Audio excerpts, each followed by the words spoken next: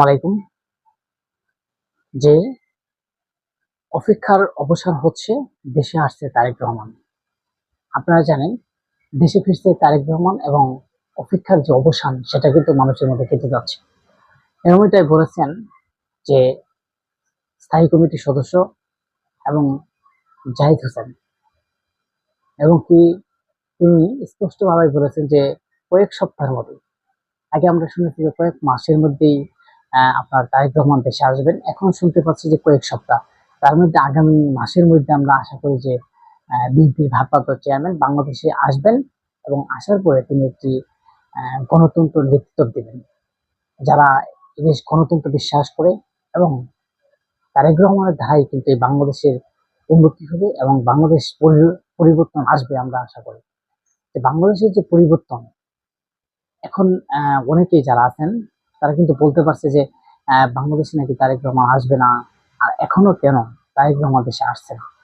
এটি কিন্তু মানুষের মধ্যে একটা দুহাসা চলছে। অনেক যারা রাজনৈতিক দল আছেন এবং রাজনৈতিক সাধারণ জনতা আছেন এবং সাধারণ মানুষ আছেন, আমরা যখন তাদের সাথে কথা বলি এবং আলোচনা করি, তারা অনেকে অনেক ধরনের মন্তব্য করে যে বিএনপির নেতা তারেক রহমান এখনো কেন দেশে আসেন, কারণ তার নামে তার কেন কেন ভয় এখনো। কারণ আওয়ামী লীগ তো চলে গেছে, আওয়ামী লীগের সময় যে ঝামেলাটা ছিল, আওয়ামী লীগ তো চলে গেছে, তাহলে তো তার এখন ভয় থাকার কথা না। কিন্তু এত বছর ধরে তিনি বিদেশ থাকার পরে 2 বছর ধরে প্রায় আওয়ামী লীগ সরকার চলে যাচ্ছে, এখনো কেন? অলরেডি নির্বাচনের ঘোষণা দিয়েছে, নির্বাচন কাছে আসছে, এখনো কেন তিনি আসছে না?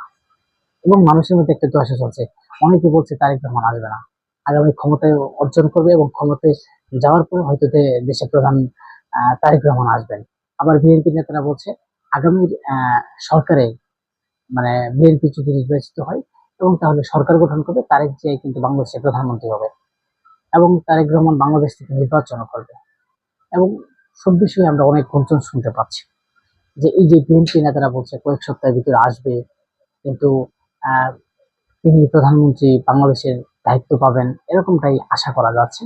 কিন্তু বিএনপি যদি আপনার ভোটে জয়ী হয়, কিন্তু অনেকে বলছে যে তারেক রহমান এখনো আসছে না, বিদেশ থেকে ভার্চুয়ালি মাধ্যমে যুক্ত হচ্ছে। এই যে নানান একটা ধোঁয়াশা, সেই ধোঁয়াশা কিন্তু আমরা ভাবছি যে এখন কেটে যাচ্ছে। বিএনপির মির্জা ফখরুল ইসলাম আলমগীর, রেজভী সাহেব, আরো যে রাজনৈতিক দলেরা যারা আছে বা বিএনপির মধ্যে যারা অঙ্গ সংগঠন আছে, তারা কিন্তু বলছে কয়েক সপ্তাহের ভিতরেই তারেক রহমান দেশে চলে আসবেন, কয়েক মাসের ভিতরে, কিছুদিনের ভিতরেই তারেক রহমান দেশে চলে আসবে, এমনটাই কিন্তু তারা বলেছেন। কিন্তু আসলে প্রশ্ন হচ্ছে, এই যে তারা বারবার বলছে, তো আমরা তো দেখতে পাচ্ছি না যে তারেক রহমান আছে। আপনারা মাঠে ঘাটে গেলে বুঝতে পারবেন যে তোমাদের নেতা তারেক রহমান এখনো কেন আসছে না দেশে।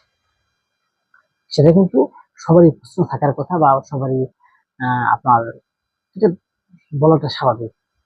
আমরা মনে করি এই যে জাহিদ হোসেন, তিনি যে বক্তব্যটা দিয়েছেন, তার বক্তব্য স্পষ্টই বলে দিয়েছেন যে কয়েক সপ্তাহের ভিতরেই কিন্তু তারেক রহমান দেশে আসবেন এবং দেশে এসে বিএনপির নেতাকর্মীরা এক একজন এক একভাবে কথা বলছে, বা তাদের টিকিটের মূল্যায়ন হচ্ছে না, এবং তাদের নামে বিভিন্ন মিথ্যা বানোয়াট কিছু কথাবার্তা চলছে, এবং যারা বিভিন্ন রাজনৈতিক দল আছে তারা বিএনপির নামে বিভিন্ন মিথ্যার অভিযোগ তুলছে, চাঁদাবাজি, দুর্নীতি, সবাই এবং সাধারণ জনতার যে একটা আশা বা আকাঙ্ক্ষা, তারা ভাবছে যে তারেক রহমান যদি দেশে আসেন, তাহলে হয়তো সেই এখন যে বর্তমানে সংকটগুলা, বিএনপির ভিতরে সংকট, সেই সংকটগুলো অবশ্যই থাকবে না।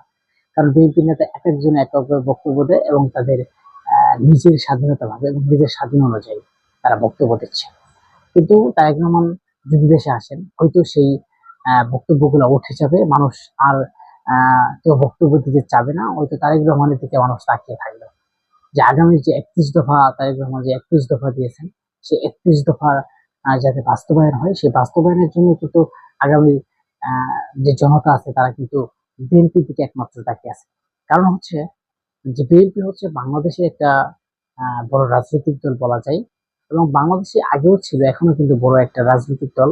এবং বিএনপির এই তারেক রহমান না আসার কারণে কিন্তু আসলে রাজনৈতিক ক্ষেত্রে অনেক একটা ঝামেলা সৃষ্টি হচ্ছে।